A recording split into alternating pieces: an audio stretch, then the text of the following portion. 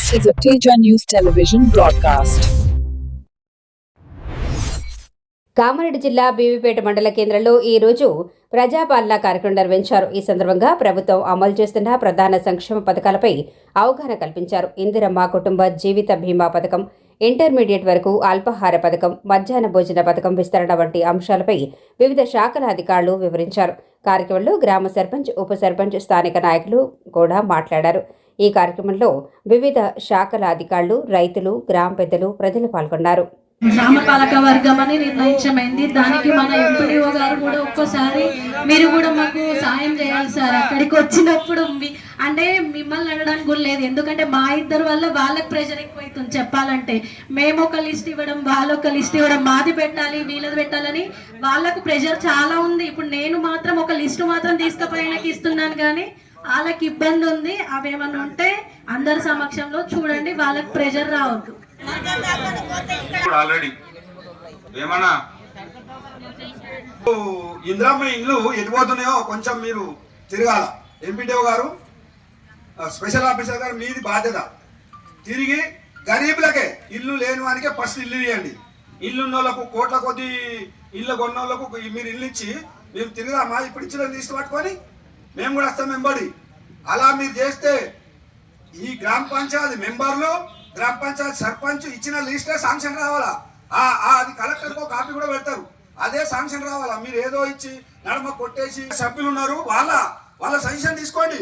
సర్పంచ్ ఉన్నారు, వాళ్ళ సజెషన్ తీసుకోండి. మీరు వేరే వాళ్ళ సజెషన్ తీసుకుంటే వాళ్ళు ఇచ్చిన లిస్ట్ మేము తీసుకొని మా దగ్గర పెట్టుకొని మేము కూడా మీ వెంబడి తిరిగి అప్పుడు కథ పడతాం. మీరు మన మర్యాదగా చెప్తున్నాము, మర్యాదగా చెప్పి ఇందిరమ్మ ఇండ్లు అనేది మనకు ఒక ఇందిరమ్మ కమిటీ సభ్యులు ఉన్నారు. ఇందిరమ్మ కమిటీ సభ్యులతో పాటు స్పెషల్ ఆఫీసర్, సెక్రటరీ, ఇంతకుముందు 7 మెంబర్తో ఒక కమిటీ ఉండే.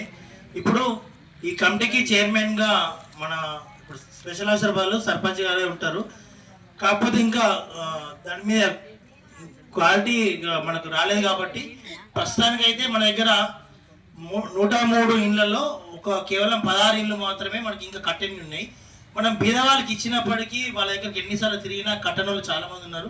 అవి క్యాన్సిల్ చేసి రీప్లేస్మెంట్ పెట్టినాము. మేము ప్రతి ఒక్కరికి ఇవ్వడానికి సిద్ధంగా ఉన్నాము. కాబట్టి మేము కూడా ఇంటి ఎంపీటీసీలు, ఎంపీపీలు, జెడ్పీటీసీలు ఇన్వాల్వ్ అవుతాం. అది ఆ పద్ధతిలో వాడు లేని పద్ధతి తెచ్చి మాకు ఇందిరమ్మ కమిటీ ఉంటే మాకు మీడియా పోయి తీసుకోబోరు. మేము అట్లాంటలేము సార్. ఎవరు ఎలిజిబుల్ అందరికి కూడా పంపిస్తాం, ఎలిజిబుల్ అందరికీ పంపిస్తాము. పాలకవర్గం వీడియో కాల్ చేసి మీకు ఇట్లా చూడంగానే మొత్తం మీరు ఏం ఆపరేట్ చేస్తారో మొత్తం తెలుస్తుంది. ఫ్రంట్ కెమెరా ఎప్పుడు కూడా ఆన్ చేయకండి. వీడియో కాల్ చేసినప్పుడు ఏ కెమెరా మాట్లాడతాం మనం అందరం కూడా ఫ్రంట్ కెమెరా మాట్లాడతాం. ఫ్రంట్ కెమెరా మాట్లాడినప్పుడు మీ డేటా అందుకోసం అంటే మన బ్యాంక్ లో పోయినప్పుడు ఖచ్చితంగా మీరు ఫోటో తీసుకుంటారు. అన్ని డేటా మొత్తం అప్డేట్ అయి ఉంటాయి. ఎప్పుడైతే ఉన్నదో అది మొత్తం కనిపిస్తుంది. ఆ ఫోటో తీసుకుంటాడు. ఆ ఫోటో తీసుకుని వేరే విషయాలు మొదలుకొని రోడ్ ఫోటో పెట్టి మిమ్మల్ని బెదిరించడానికి చేస్తారు. లోన్ యాప్లు మాత్రం ఎప్పుడు కూడా అప్డేట్ చేసుకోవద్దు. లోన్ యాప్ తీసుకోవద్దు. లోన్ యాప్ లో తీసుకుంటే మళ్ళీ మీరు 10,000 తీసుకుంటే దానికి 1,00,000 కట్టవలసి వస్తుంది, 2,00,000 కట్టవలసి వస్తుంది. మీరు ఎప్పుడైతే మీ నెంబర్ వాళ్ళ దగ్గరికి ఇచ్చారో మీ ఫోన్ లో ఉన్న కాంటాక్ట్స్ అన్ని కూడా ఆ నెంబర్కి వెళ్ళిపోతాయి. ఆ నెంబర్ నుంచి మీకు రకరకాలైన ఫోటోలు వస్తూ ఉంటాయి. మీకు ఆ బాధ పడలేక చాలా మంది కూడా ఆత్మహత్య చేసుకున్న రోజులు కూడా. నేను సిద్దిపేటలో పనిచేసేటప్పుడు రాజకీయపేట బిఎస్ మరి అధికారులు అందరికీ మా బిఎస్ఎస్ నమస్కారం తెలియజేస్తున్నాం. సార్ మేమైతే లోనే జరుపుకుని కొత్త ఎస్ఏఓ లోన్లు కూడా బ్యాంక్ తరఫున కన్సెప్ట్ మిత్ర అని ఎకరానికి 2,00,000 లోన్లు కూడా 90 మందికి ఇచ్చడం. ఇంకా ఎవరికన్నా లోన్లు కావాలంటే ఈ మార్చి తర్వాత అప్లికేషన్ చేసుకోండి. లోన్ శాంక్షన్ అయిపోయింది.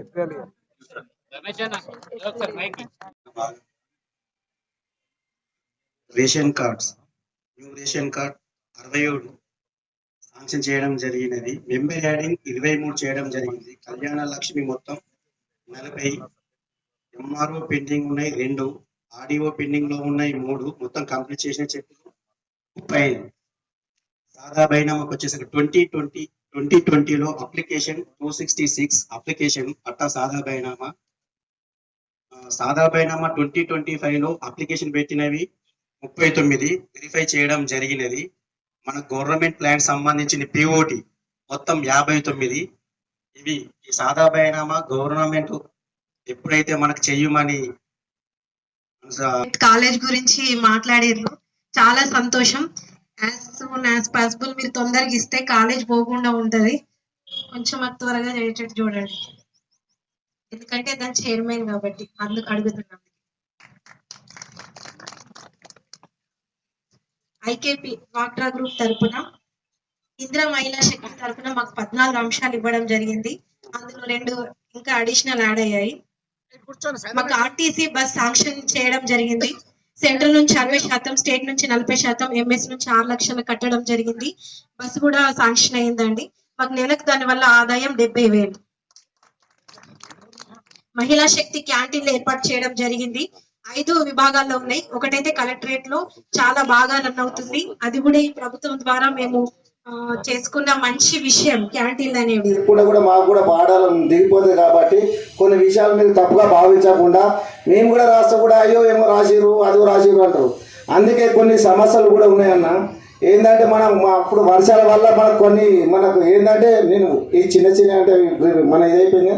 అప్పుడు చాలా దెబ్బతిన్నాయి. ఏది మన ఈ పూలు, దాన్ని కూడా దృష్టిలో పెట్టుకొని అన్న తప్పుగా భావించకండి. ఏదో మీకు విన్నవిస్తున్నా, రిక్వెస్ట్ అన్న, మీరు జర ఎమ్మెల్యే దగ్గర కానీ ఇంకేమన్నా కానీ అది శిథిలమై ఉన్నది కాబట్టి దాన్ని దృష్టిలో పెట్టుకొని కొత్తగా అది ఉంటుండగా మళ్ళీ కొంచెం మంజూరు చేయాలని మీ ద్వారా, ఎందుకంటే మేము ప్రత్యేకంగా చేసేవారు కాబట్టి మమ్మల్ని కూడా ఇదైతున్నారు.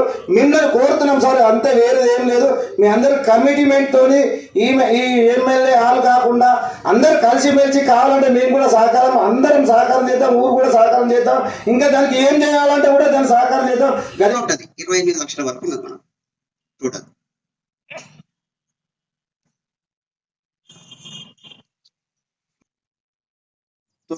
తొమ్మిది 10 డిపార్ట్మెంట్ల గురించి అడగడం జరిగింది. అందులో ఫస్ట్ హెల్త్ డిపార్ట్మెంట్ సంబంధించిన వాళ్ళు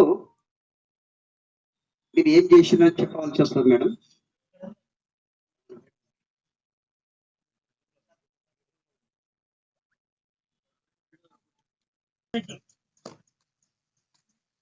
ఈ ప్రజాపాలన ప్రగతి నివేదిక గడిచిన 99 రోజులలో మన బీబీపేట హెల్త్ డిపార్ట్మెంట్ సంబంధించినటువంటి మన గ్రామంలో మేము నిర్వహించినటువంటి కార్యక్రమాలు ఇప్పుడు రికార్డు ప్రకారం ఏఎన్సీ అంటే గర్భవతులను రిజిస్టర్ నమోదు చేసుకున్నది 30 మందిని. టార్గెట్ మాకు 30కి 18 మంది రిజిస్ట్రేషన్ అయినారు. 16 మందికి అన్ని రకాల గవర్నమెంట్ చేపట్టినటువంటి ప్రధాన సంక్షేమ పథకాలు రైతు భరోసా పథకం, ఇందిరమ్మ ఇల్లు, మహాలక్ష్మి పథకం, మహిళలకు ఉచిత బస్సు ప్రయాణం, 500కి గ్యాస్ సిలిండర్, సన్నవడ్లు కొనుగోలుకు 500 బోనస్, గృహజ్యోతి కింద 200 యూనిట్ వరకు ఫ్రీ కరెంట్, కళ్యాణ లక్ష్మి, షాదీ ముబారక్, కొత్త రేషన్ కార్డు మొదలైనటువంటి ఇవి ప్రధాన సంక్షేమ పథకాలు. నెక్స్ట్ ఇంకొకటి ఏంటంటే మన గ్రామ సభలో చర్చించబడిన ఏంటంటే ఇప్పుడు ఈ 99 రోజుల ప్రణాళికలో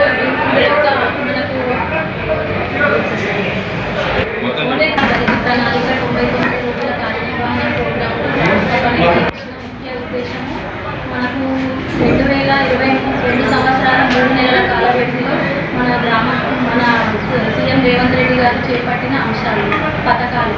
ఒకటి రైతు భరోసా పథకం, ఇందిరమ్మ ఇల్లు, సన్నరకం వడ్లు కొనుగోలుకి బోనస్, ఉచితంగా మహిళలకు బస్సు ప్రయాణం, 500కి గ్యాస్ సిలిండర్, గృహజ్యోతి, ఉచిత కరెంటు, కళ్యాణ లక్ష్మి, షాదీ ముబారక్, అట్లాగే కొత్త రేషన్ కార్డులు.